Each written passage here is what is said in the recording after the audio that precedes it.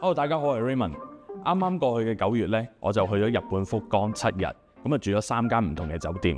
咁今次呢，想用設計師嘅角度，同大家去睇下呢3間酒店房嘅設計，同埋俾啲評價。咁大家跟住我去睇睇啦。好啦，我哋而家嚟一個 room tour。門口一入嚟，右手邊呢，我哋就會見到有隻趟門嘅。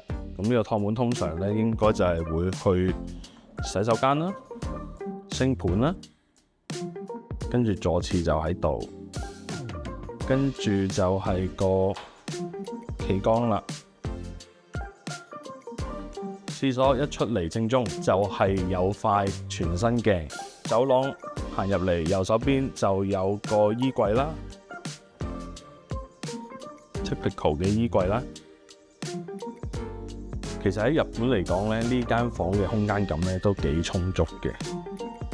床尾就有部電視啦，跟住就有一個 ledge 啦，就可以擺我哋啲淋淋滲滲嘅嘢啦。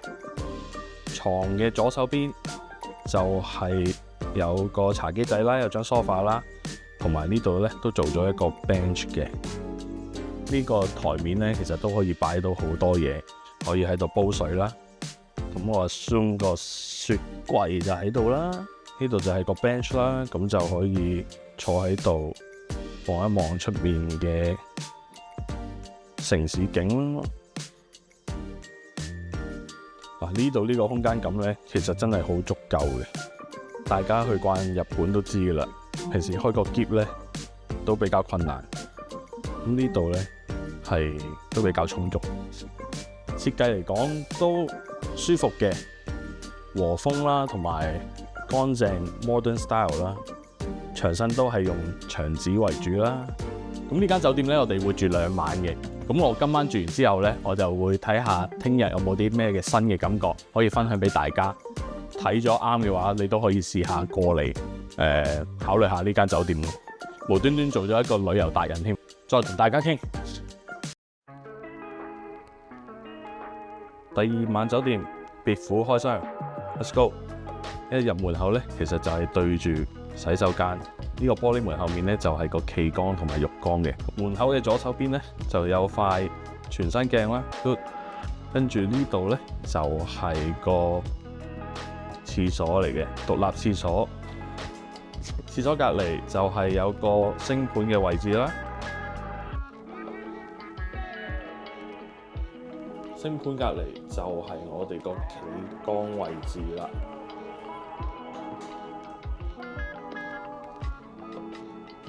企缸出翻嚟呢度咧係有道趟門可以 enclose 咗呢個 area 嘅。開翻出嚟咧就係見到大門噶啦。左手邊就係我哋個 main area 啦。行入嚟右手邊呢度有一個 pantry。呢度咧就有一個 L shape 嘅 sofa， 連一張台仔，其實咧都幾好用喎。跟住咧就有2張床啦。望出去咧就係一大個窗，就採光係超級足夠嘅。趟門閂咗之後咧，就變咗呢間房成個空間咧就 enclose 咗噶啦。咁就變咗咧可以同出面廁所同埋門口嗰個空間就分隔咗出嚟啦。咁個地台咧都係分隔咗嘅。呢度 wet area 啦，就係會用咗膠地板啦。跟住房間裏面咧就會用咗地氈去分隔嘅，咁就變咗會比較靜啲咯。床隔離咧就要係個垃圾桶，咁就好似太近張床。咁跟住咧嗰個床頭櫃咧係極細嘅，其實又係擺唔到啲咩。至於 table space 咧，其實就冇乜啦，就係得呢度同埋上面呢個架啦。咁但係咧，譬如我想叉電咧，其實淨係得呢個位有得叉嘅啫。咁呢個係有少少煩嘅，之後要將呢啲嘢擺咗上嚟，跟住先擺我啲叉電嘅線 adapter 嗰啲就擺喺度啦。今日嚟到第3間酒店啦，大門左邊咧就有道門，係一個洗手間嚟嘅。洗手間行入嚟有個留步位啦，左手邊就係星盤位置，右手邊有個企缸，同埋有一個 bathtub， 有個湯門，就係坐廁嘅空間啦。洗手間出返嚟呢，左手邊就出返呢個玄關位，直望就係有一個凹窿做咗個 closet 喺度嘅。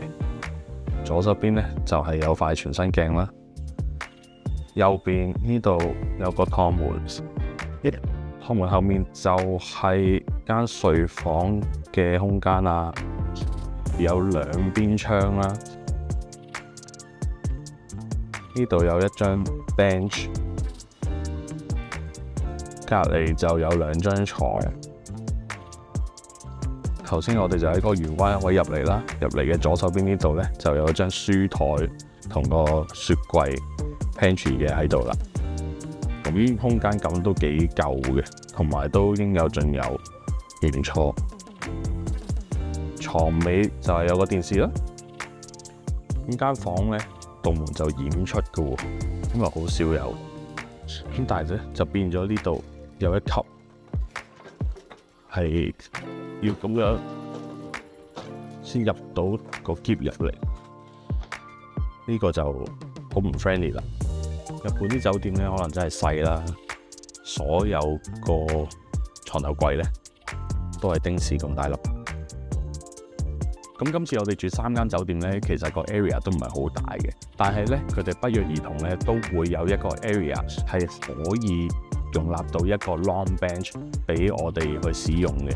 咁我發覺呢個都幾貼心嘅。